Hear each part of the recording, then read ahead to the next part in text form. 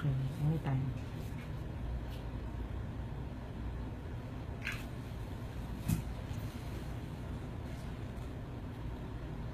Mabuhay mga kapanalig. Unang-una ako ay humihingi ng dispensa at ako'y wala dyan sa mga oras na ito. Ako'y kasalukuyan na mayroong commitment sa aking trabaho. Ako ay mayroon pang Pilipinas Got Talent. Ngunit, umaga pa ay nandyan na ako.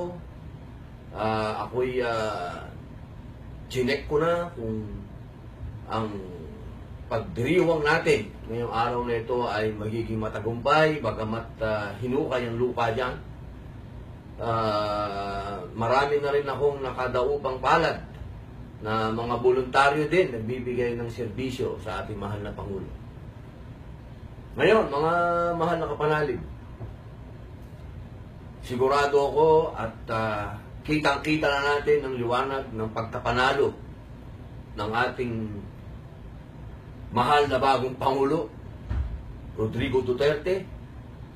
Handang-handa na siyang ibigay ang serbisyo sa inang bayan. At tayo naman, bilang mga tagasunod, ay handa na rin na ipaglaban ang karapatan ng mga Pilipino. Ito na ang hinihintay natin na pagkakataon. Ito na ang hinihintay natin na pagbabago. Kaya mga mahal kong kababayan, huwag tayong bibitaw. Nag-uumpisa pa lamang ang ating revolusyon ng pagbabago. Ang pagkapanalo ng ating Pangulo ay hindi iyon ang katapusan. Doon pa lamang nagsisimula ang revolusyon ng pagbabago. Kaya hindi tayo pwedeng bumitaw. Bagkus lalo pa tayong nadaragdagan ng responsibilidad. Ano yung responsibilidad na yun?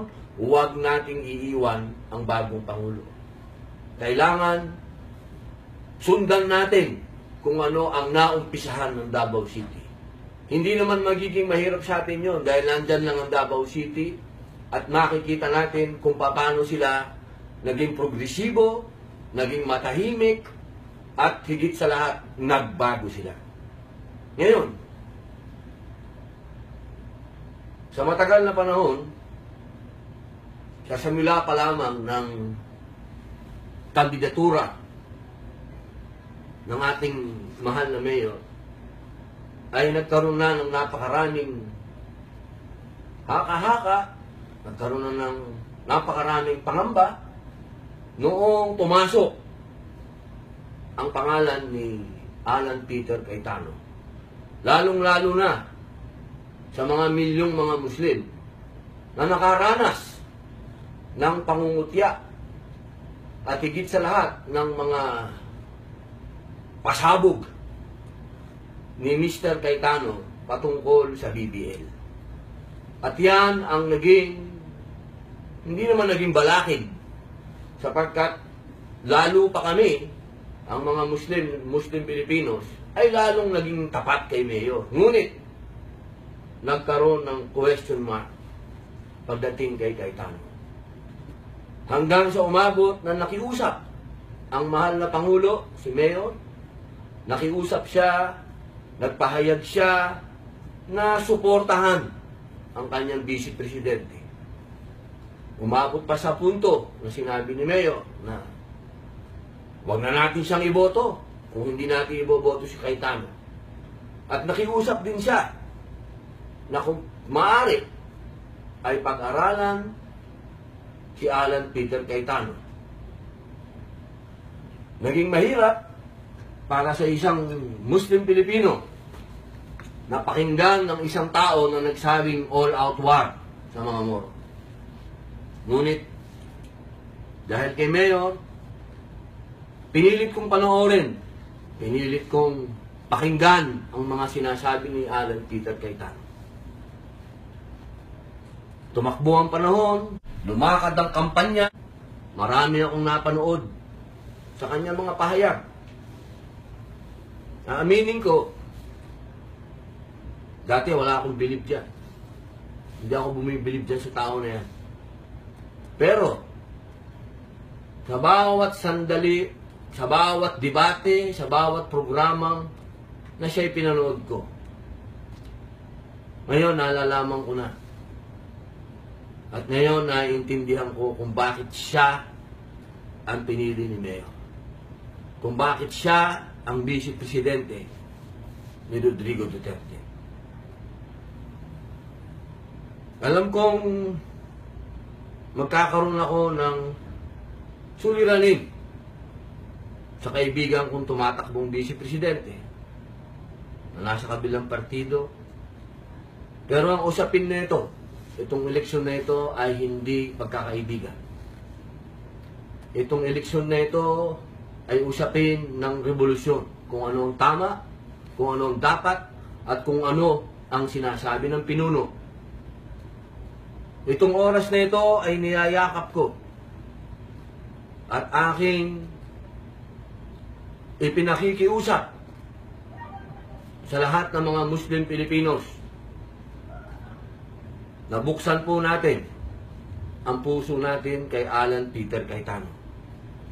Naniniwala po ako na nasa puso na niya ang federalismo. Naniniwala po ako na nasa isip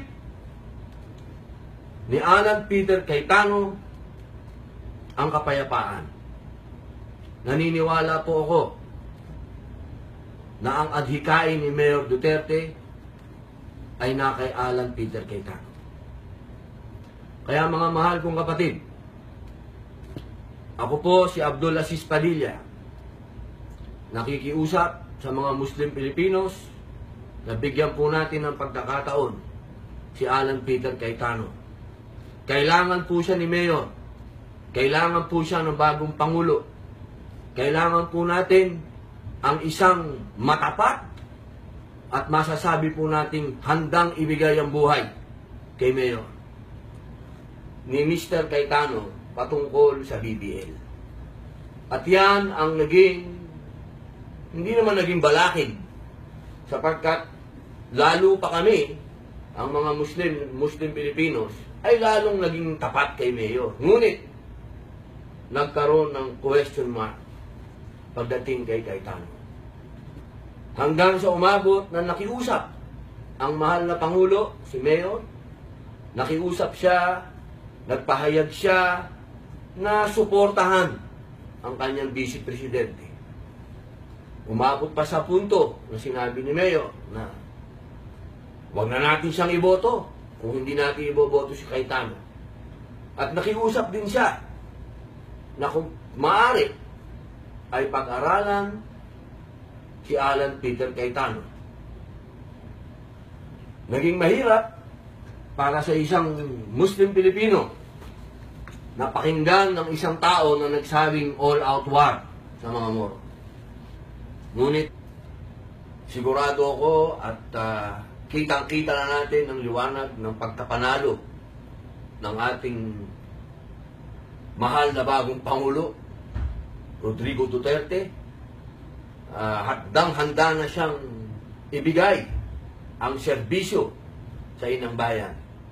At tayo naman, bilang mga tagasunod, ay handa na rin na ipaglaban ang karapatan ng mga Pilipino.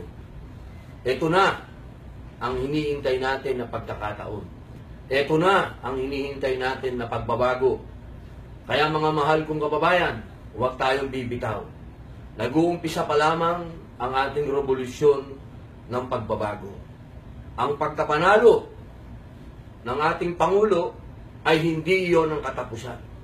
Doon pa lamang nagsisimula ang revolusyon ng pagbabago. Kaya hindi tayo pwedeng bumitaw. Bagkus lalo pa tayong nadaragdagan ng responsibilidad. Ano yung responsibilidad na yun? Dahil kay Mayor, pinilit kong panoorin, pinilit kong pakinggan ang mga sinasabi ni Alan Peter Cayetano. Tumakbo ang panahon, lumakad ang kampanya, marami akong napanood sa kanyang mga pahayag. Aaminin ko, dati wala akong bilib dyan. Hindi ako bumibilib dyan sa tao na yan. Pero, sa bawat sandali, sa bawat debate, sa bawat programang na siya'y pinanood ko, ngayon nalalaman ko na. At ngayon naiintindihan ko kung bakit siya ang pinili ni Mayor. Kung bakit siya ang Vice Presidente ni Rodrigo Duterte. Alam kong magkakaroon ako ng suliranin sa kaibigan kong tumatakbong Vice Presidente. Huwag nating iiwan ang bagong Pangulo. Kailangan sundan natin kung ano ang naumpisahan ng Davao City. Hindi naman magiging mahirap sa atin yun dahil nandyan lang ang Davao City at makikita natin kung paano sila naging progresibo, naging matahimik, at higit sa lahat, nagbago sila. Ngayon, sa matagal na panahon, sa simula pa lamang ng kandidatura ng ating mahal na mayor, ay nagkaroon na ng napakaraming haka-haka, nagkaroon na ng napakaraming pangamba noong pumasok ang pangalan ni Alan Peter Cayetano. Lalong-lalo na sa mga milyong mga Muslim na nakaranas ng pangungutya at higit sa lahat ng mga pasabog. Okay, anytime.